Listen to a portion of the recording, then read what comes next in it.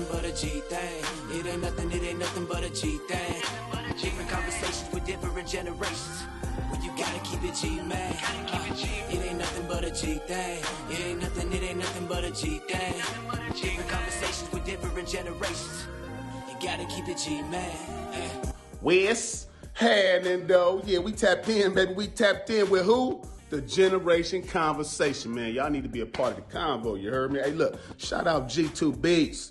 My boy Bill blasting them over there, putting in that work, you heard me? Hey, look, y'all need to tap in. Generation Conversation, the G Connect. Subscribe to him on YouTube, you heard me? And just know, we don't Jersey.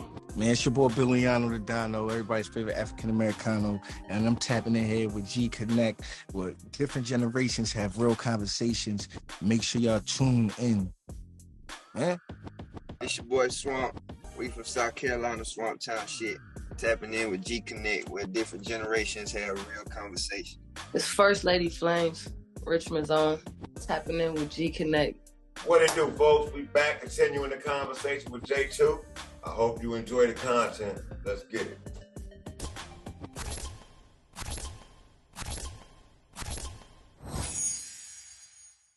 She trying to bag on me. She said my elbows is making your your elbows ashy.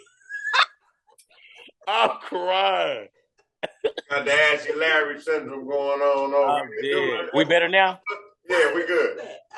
It do look ashy on there, but when you look at it this way, but they not. Look, y'all. That's just the light, y'all. That's just the light. Like these motherfuckers are pointing. I'm crying. You see, you gotta leave it a little ashy in case you do got. You gotta make sure. You know what I'm saying? You wanna. That's one of my favorite moves right there because they don't see that coming. When I seen you do it earlier, I was like, that's that J2 move. You don't want none of these elbows. Elbows, vicious, boys. They don't know that's because they think you finna leave. They think you finna leave, but you here. You finna leave.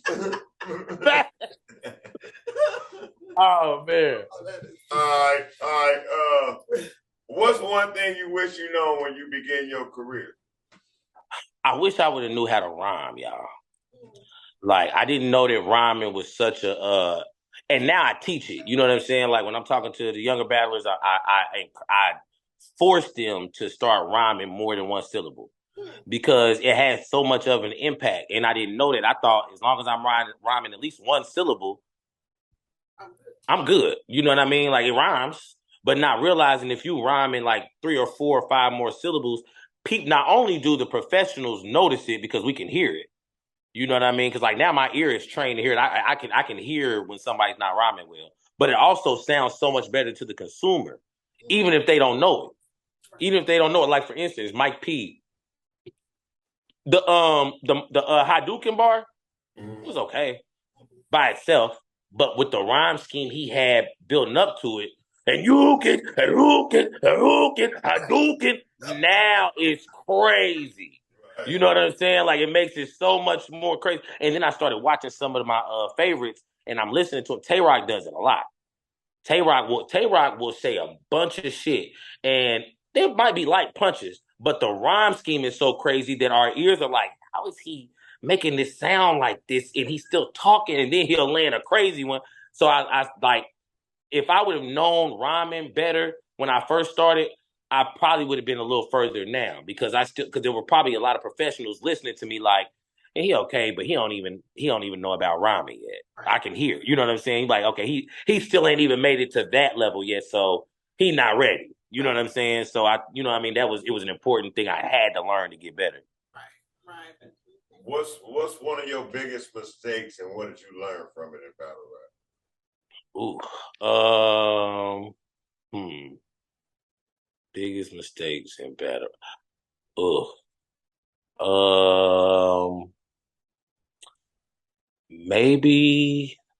I think maybe the Truth or battle. It's either that or the viral battle with Lady J. The viral battle. Actually, you know what?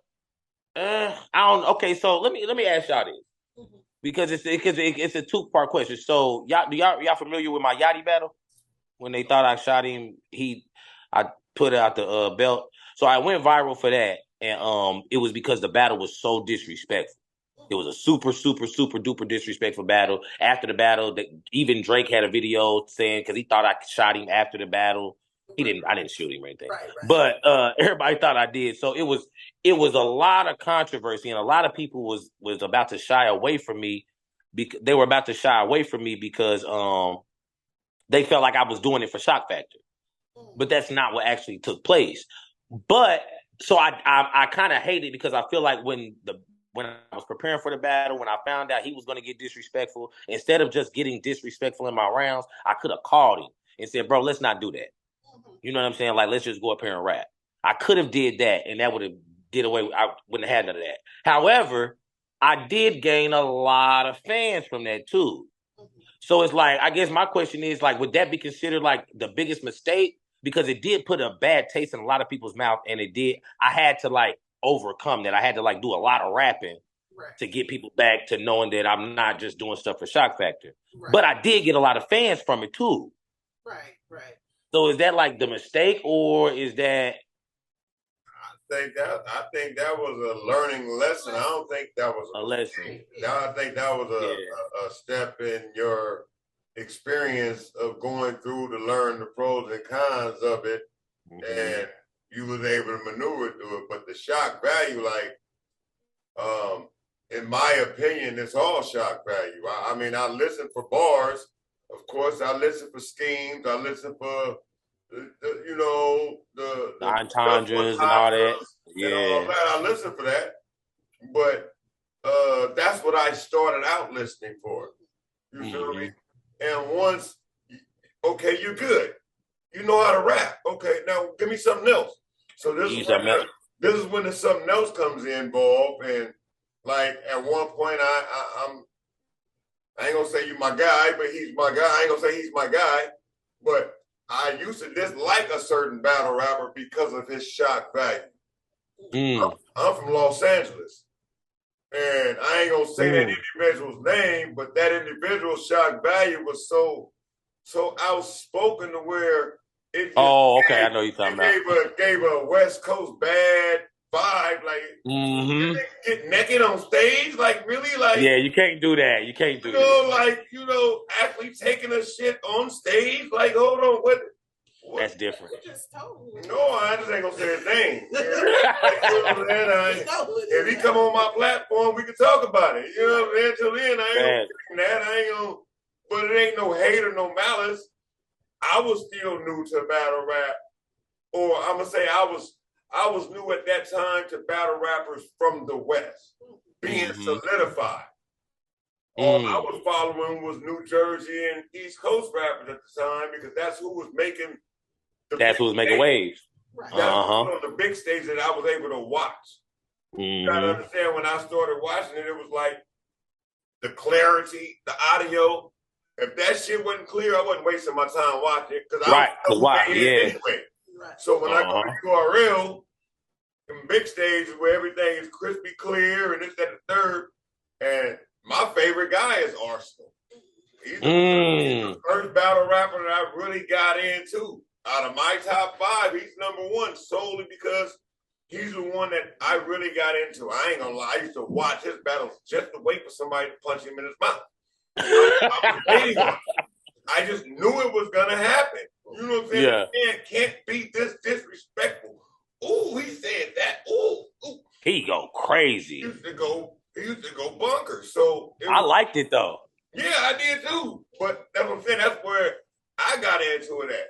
And then the people from my side at the time, which was that individual, we got Danny Myers was making a name for himself. Well, he's been making a name, and then I'm hearing about all these other dudes that's from my section of the map. So I'm getting a bar of them, but they still wasn't as advanced as a level. They wasn't part of that top tier. Right. So it took time for me to. So now I got a top 5. You know what I'm saying? And those that's on the West is out there too. Mine is. I ain't got a problem admitting it. Arsenal, freaking K-Shine, Hitman Holla, Geechee Gotti, B-Dot, and who else I got? Charlie Clips. My top 5. That's my top 5. That ain't a bad top 5 though. And I think I can take my top 5 and go get anybody else top 5 and make it work. You know. Hey, even you. Even you. But see, you know my top 5 now. If we had you not known, you just brought your top 5 to the table, then it would have been a fight. But I mean, like, I ain't gonna lie, and that's true though, because my top 5 fluctuates. However, I got a West Coast battler on my top 5. I think that might clear half there. Man, y'all better leave Nitty alone, man. We're in Arizona. You see this background? We're in Arizona. We're not from here. I'm from LA. But you know what I'm saying? Yeah, I give Nitty his props. You know what I'm saying? But he's 6. Somebody got to go past. You know, the 5. I can't take nothing from Geechee or Nitty or B-Dot. You know what I'm saying? Or Danny. But still, go ahead. You think Nitty just needs like a moment that's gonna shake outside of like they'll shake battle rap, but shake everybody outside of battle rap at the same time? I think because Arizona is Arizona, he's not getting the full push that I believe he should get. Like, you know, he is the face of Arizona. Ain't no other battle rapper in Arizona making no noise. Facts. Just like in LA, Danny Myers, Dre Vicious, B-Dot, Geechee Gotti, those and Daylight, and you know, a few of them other ones.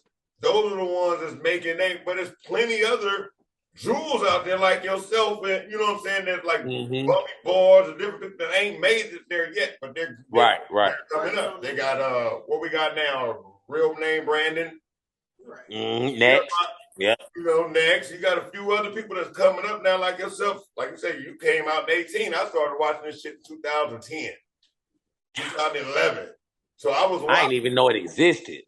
Yeah, I was watching it then because it was Smack was doing his thing. You know, so when he say he's the innovator or what, as he say, I gotta give him that because I didn't hear RBE. I didn't hear about my West Coast battle leagues. This West Coast battle leagues that's been there, but they just wasn't as relevant as his. Right. Or longevity. So that's where my extent came with the battle rap. And I faithfully watch it. You know, I'm a app member and all. Been an app member. Hey, app gang, right. So I watch it and I like that because you can go in there and watch it without the commercials. Yeah. Facts. Yeah. You know what I'm saying? And rewind how you want to. You can vote. You can all that. Even after I can react. Right after the battle, even after the battle, Caffeine got it live, but this is after the battle. This is after private concert. Boo! Ain't nobody there. That's me. As soon as my battle drop.